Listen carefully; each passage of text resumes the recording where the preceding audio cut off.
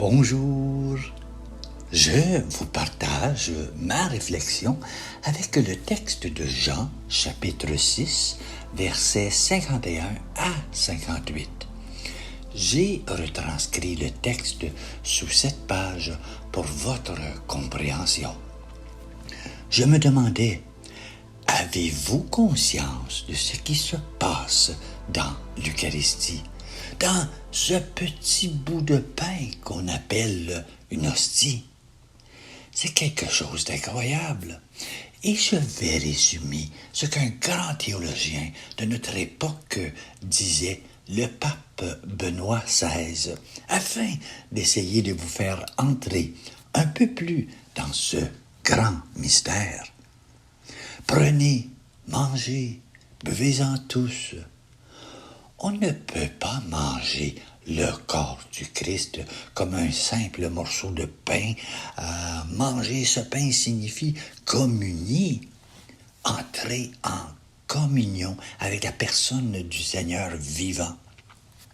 Cette communion, cet acte de manger, est réellement une rencontre entre deux personnes, une façon de se laisser pénétrer par la vie de celui qui est le Seigneur, de celui qui est mon Créateur et mon Sauveur.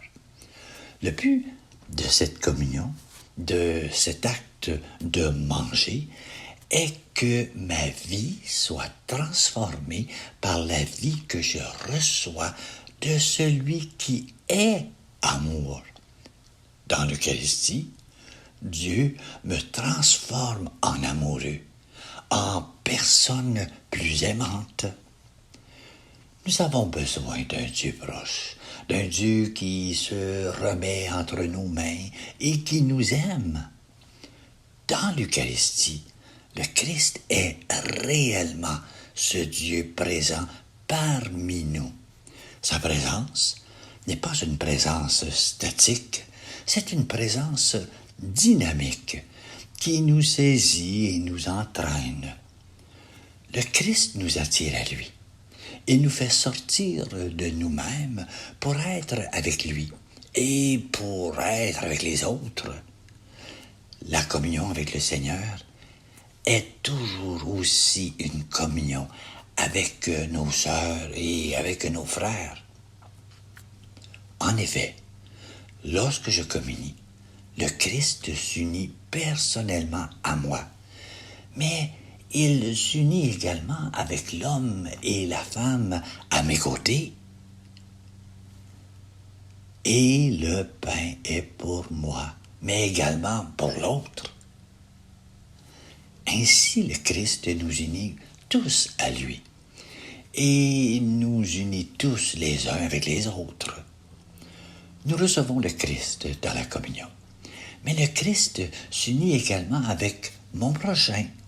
Le Christ et le prochain sont inséparables dans l'Eucharistie. Et ainsi, nous formons tous un seul corps. Si nous ne voyons pas en l'autre notre frère et notre sœur, nous ne vivons pas encore assez bien cette communion.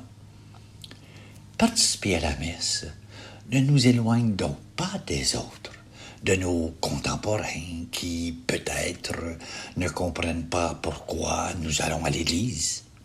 Au contraire, parce que l'Eucharistie nous met en communion avec l'amour de Dieu, elle nous appelle à nous engager avec tous nos frères et sœurs pour faire face aux défis actuels et pour faire de la planète un lieu où il fait bon vivre. Car, dans l'Eucharistie, le testament du Seigneur se réalise. Il se donne à nous et nous lui répondons en nous donnant aux autres par amour pour lui. C'est comme une grande chaîne. Comme je vous ai aimé, aimez-vous les uns les autres. Aller à la messe n'est pas un devoir imposé de l'extérieur, un fardeau qui pèse sur nos épaules. Au contraire, participer à la célébration du dimanche, se nourrir du pain eucharistique et faire l'expérience de la communion des frères et des sœurs dans le Christ est un besoin pour le chrétien, une joie. Ainsi, nous pouvons trouver l'énergie nécessaire pour le chemin que nous avons à parcourir chaque semaine. Celui qui mange ma chair et boit mon sang demeure en moi, et moi, je demeure en lui. Voilà ma petite réflexion. J'espère que cela t'a aidé à comprendre le pourquoi ou nous allons à la célébration eucharistique. Je te souhaite une bonne réflexion et aussi une belle journée.